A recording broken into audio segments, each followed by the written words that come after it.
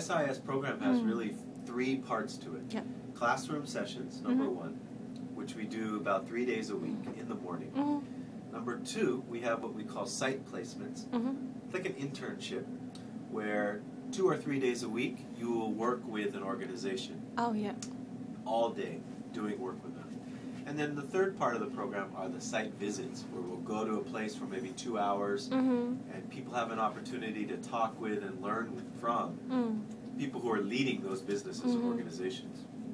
So as an example of a site placement, we often do work with Shorebank Pacific, which is one of the first eco banks, they call them, where their lending practices are based on sustainability indicators. So they're not only looking at balance sheets and economic indicators, but they really want to work with their borrowers around how is the work you are doing leading toward other forms of sustainability, not just your business sustainability, but ecological sustainability, social sustainability of your employees.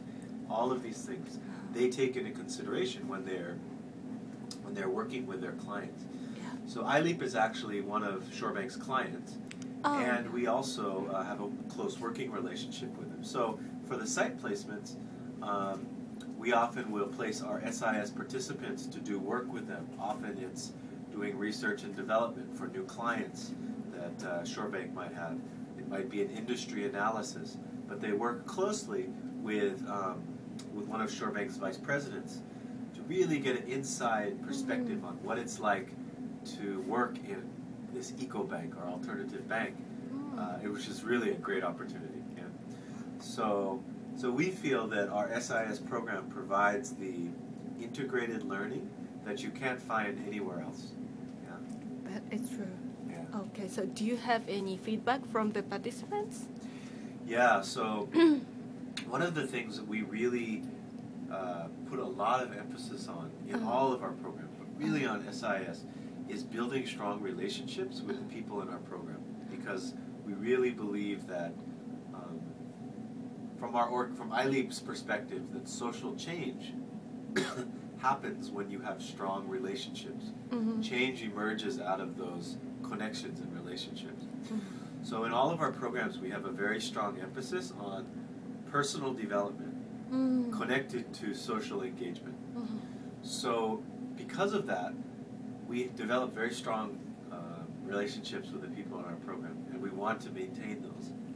So it's wonderful getting feedback from the people who have graduated from our programs, like you, who we know we will always be connected to, right? Yes. We're not just sending people through the program and don't care who they are or anything. We really want to build strong relationships with them and help support people to create change in the world. Like in your case, going around the world and making those connections. And however we can make and help those things, those are the kinds of things we want to do as iLeap. So the kind of feedback that we often hear is just about how transformative the experience is. Of course you go and you learn about all of these things, and of course you get new perspectives, but what we're really hoping to do is open up possibilities for people so they can see the world in a really different way. That's really our mission. We are interested in helping people to have the courage and the resources and the community of support to pursue those creative opportunities in life. Yeah, true. And how do you think about the city in studying in Seattle? Because I mean, like, we can learn some social business in Japan as well, but you have the program in Seattle. Right. What do you mean? What do you think about it? Right. Well, that's a really great question, and sometimes when we leave our home cultures, our home communities, and we experience another culture, not only does it spark new ideas, but because of the distance between our home culture and community and where we are, it allows us to see our home culture and community in a totally different way, and to see possibilities of that work in a different way.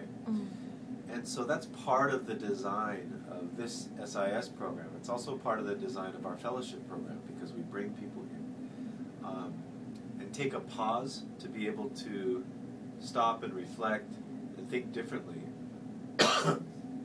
about the communities that we're coming from. And what we hope is that when SIS people are here and we expose them to all of these different ideas and things, not everything will be exactly what you're interested in, but sometimes and oftentimes things that you do will spark new ideas in ways that you didn't expect. And so there's some very strong power in coming to a different place, particularly one as beautiful as Seattle that is obviously very comfortable for Japanese because you have Japanese food, you can speak Japanese the whole time, you can do all of these things. It's very easy for a Japanese person to stay here. And to experience that life here in Seattle is really important. Yeah. So at the last moment, could you give the message for Japanese people who are interested in the program? Yeah. So, so I should say that I have a very, very deep connection to Japan. Of course, I'm a Nikkei Yonsei American. Yes. And I was also born in Japan.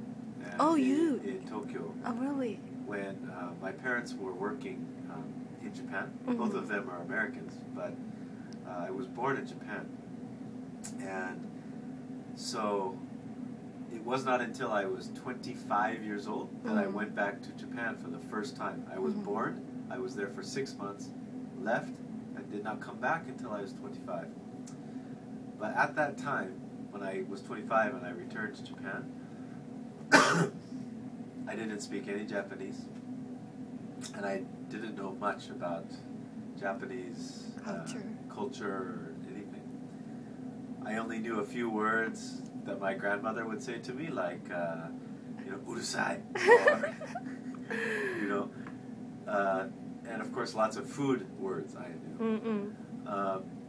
But it was from when I went back there for the first time that I really developed this deep appreciation and love of so many things Japanese. Everything from Japanese food and farming, traditional farming techniques to, of course, onsen and sake and all kinds of wonderful things. But I think the most important thing as being connected to Japanese people is just how much I love the Japanese spirit of innovation, which I really believe is so present in the current Japanese, especially young people. I think I actually disagree with people who believe that the young generation of Japanese don't have an interest in creating a new Japan. I believe that Japanese young people do. And all of the people who are attracted to our SIS program just make me believe that more and more, because the people who come on our program are so wonderful, so inspired, so curious, so humble. And I love that about Japanese people, that there is this very deep humility, but this very deep commitment to working hard and like having this dream, I see it all the time. I'm very lucky because the kind of people that are attracted to the SIS program are those kind of people. Yeah. And I just love working with them so much. Yeah. So I guess my message and invitation would just be that please come to Seattle. We have a wonderful program that can support your learning and your ideas and your hopes and dreams and your fears. And we just love to work with you and love to continue to build a relationship with you in Japan, because of course I go back to Japan a couple of times a year, and we have a strong and growing Japanese network of our graduates. alumni, SIS alumni. So, so yeah, please come. We're always